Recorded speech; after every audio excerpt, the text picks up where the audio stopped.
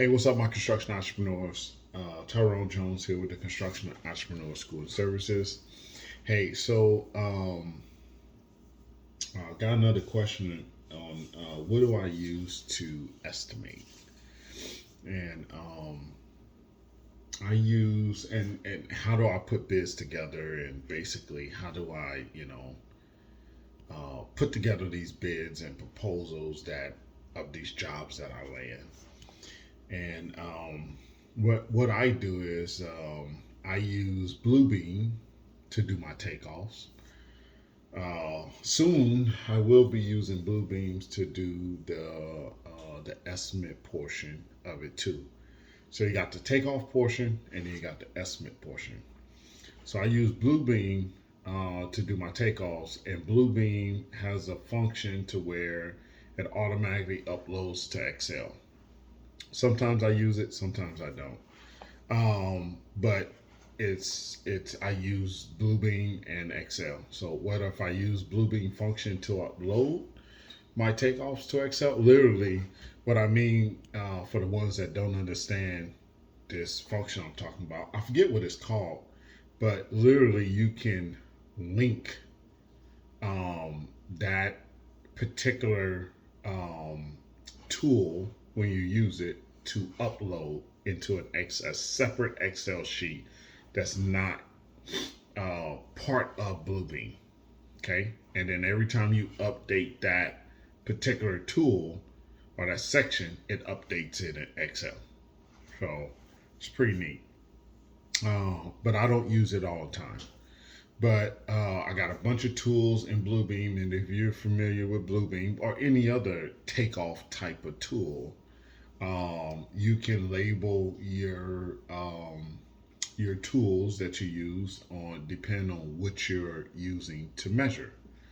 And that's what I have here. So I got columns for concrete slabs, columns for concrete curbs, ADA tools, foundation tools, K-sign tools, flat work tools. And within those tools is different types of tools, or within that description, there's different types of tools for that type of application. Okay, so for slabs, I got deepened slabs for interior stairs, 6-inch mono slab for curb slash stem wall, 5-inch slab, 5-inch slab interior, 5-inch slab, 6-inch slab, 8-inch slab, 12-inch slab. So I got all these different thickness, a 24-inch mat slab, 4-inch lightweight concrete, right? So pony wall, deepened slab interior. So it's just different things that I may need to be I need identified on the plans to separate a cost or calculation on. So once I do that full takeoff and I transfer that information to Excel, whether if it gets uploaded through Bluebeam or I manually input it myself, I use an Excel estimating system. Um, One estimating system I use is something that I designed over the years, been working on it for probably over 15 years, constantly adding things to it. And then there's another Excel program that I got from a mentor of mine, and I just really revamped and turned that one around and kind of added things to it. And then some things I have that are turnkey. Like a lot of things turnkey is for me as a concrete contractor is like light standards. I got a set price for that. Curb and gutter got a set price for that. A curbs got a set price for that. Uh, like V gutters or swales, I got a set price for that. Flagpole installation, I got a set price for that. Um, and then the rest of the stuff, I kind of put a timeline to it. So when you look at my estimate sheet, I have all my labor already figured out. So basically, um, I work in crews, right? When I'm putting labor together, so it's like 2-man crew. So it'd be 2-man crew. I got 3-man crew. I got 4-man crew. Um, 5-man crew and 6-man crew. And because I'm dealing with public works and non-prevailing, so on my estimate sheet, you'll see um, prevailing wage rates for this area, prevailing wage rates for this area. And since I'm in Southern California, there's two different areas. There's San Diego, and then there's Riverside. There's San Diego County, which is separate, and then there's Riverside, San Bernardino, Orange County, and LA County that has the same rates.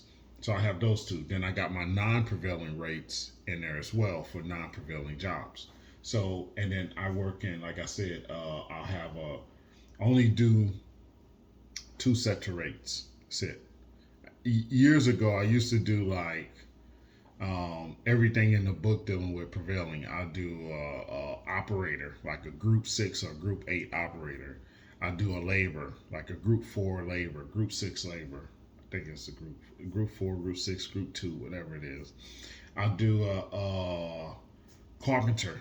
I do a cement mason, and I'll do all these different trades, and I'll put together these different crews dealing with these different trades, and that's how I would bid my jobs.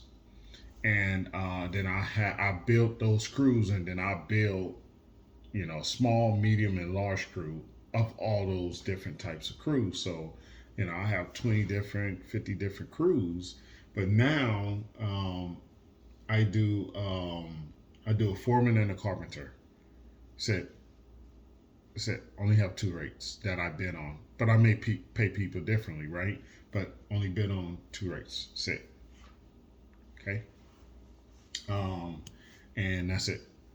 That's how I do it, and then my so that's how I would do it. I would bid just like that, and I will, and then I have different, just like how long it takes to do different things. I have different metrics for different items on bidding, like how many finishers I need for a certain amount of square footage. How long should it take me to prep a flat work area or a slab area? Like I got calculations for all that to help speed the bidding process, right? And you'll gain that over the years because estimating is a very tedious job. So you want to figure out as quickly as possible how to get through it as quickly as possible if you're dealing with different types of jobs. And that's what's key, is figuring out what you can use, what tools or metrics or matrix you can use to help you get to your number quickly as possible and accurate, right? Um, and then when I write it up, I usually, if I want to be kind of detailed in my proposal, because once I get my estimate, then I write up my proposal. If I want to be detailed in my proposal, then I will write my proposal as I'm doing my estimate, especially on a complicated job, because I don't want to forget those things. So a lot of times I'm putting the measurement of the items that I'm doing, that I have to do on this particular project. So I'll put the linear footage for the curb and gutters. I'll put the linear footage for the A curb. I'll put the square footage for the slab with the depth and uh, the the subgrade that's required and the vapor barrier within that slab description. I'll put any integral curbs that they have, or stem walls, or post curbs. I'll identify those things in my proposal, so I'm clear and I don't get a lot of calls on bid day saying, "Hey, do you have this in there? Hey, do you have that in there?" And that's one of the things you get, is that every time I submit a bid on bid day, I go nowhere. I stay from whenever time bid is due. Usually bid is due at 2 p.m. Rarely is it due at 10 a.m., but most times due at 2 p.m. So anywhere from leading up to that day, anywhere from an hour before, because I have my staff probably turn my bid in 2 hours before bid time. Usually around noon if it's due at 2, and as early as 7 or 8 if it's due at 10. And then usually I'll get calls if I'm in the running. If I'm not in the running, then you probably won't get the calls. And the calls is just to kind of verify, hey, do you have this? Do you have that? And I try to make sure I cover as much as possible so I don't get those calls. Do I have this? Do I have that? And so you could just call and just tell me like, hey, we're going to use your number. Are you good? I say, yep. And I know I'm in the running. And that's how I put together my bid sheet. That's basically it. And I try to leave out some of these jobs require you to have a construction bid bond. Now, this bid bond has nothing to do with the bond that the contractor's license board require you to have. Okay.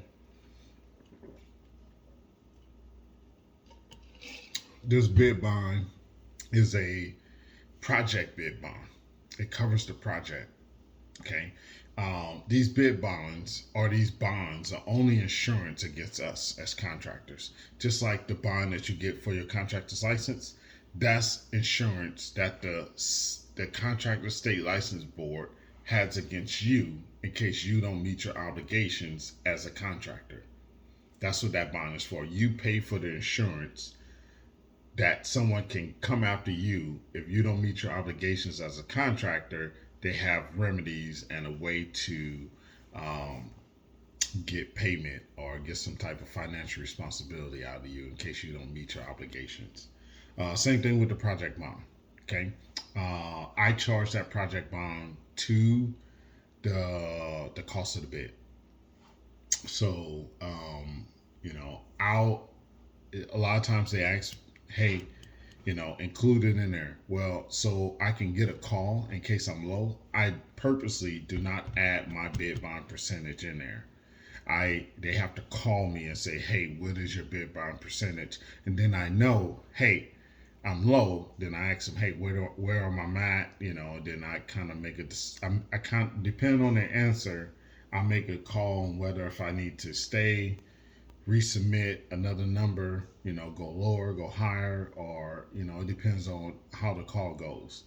And I need to be in a place where I can easily manipulate my proposal and then have my girl resend it out, because once it gets resent out, depending on how many GCs bidding on it, it might go back out to 12, 6, 18 general contractors. So or I might just send just to that one. All depends, on bid day and how I read the market and who's responding and who's calling me.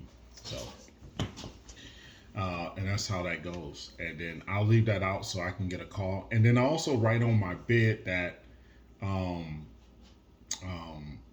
and you guys that's been following me for a while, you guys have seen my bids before. How I did a proposal writing class before. So the ones that have attended that have seen how I write my proposals, and I always put on my proposals the numbers can be separated. So I bid on structural, and then I bid on site work, and then they can separate. They don't have to accept my bid as a whole. They can just take the structural, give it to me, or take the site work and give it to me. I'm okay with it. And that's how I put that together, guys. So let me know, maybe short, some comments how you put your bid together, or if this is similar, or maybe some tips you need on putting bids together, or what you should include or what you should not include, or the next video I should have and talk about.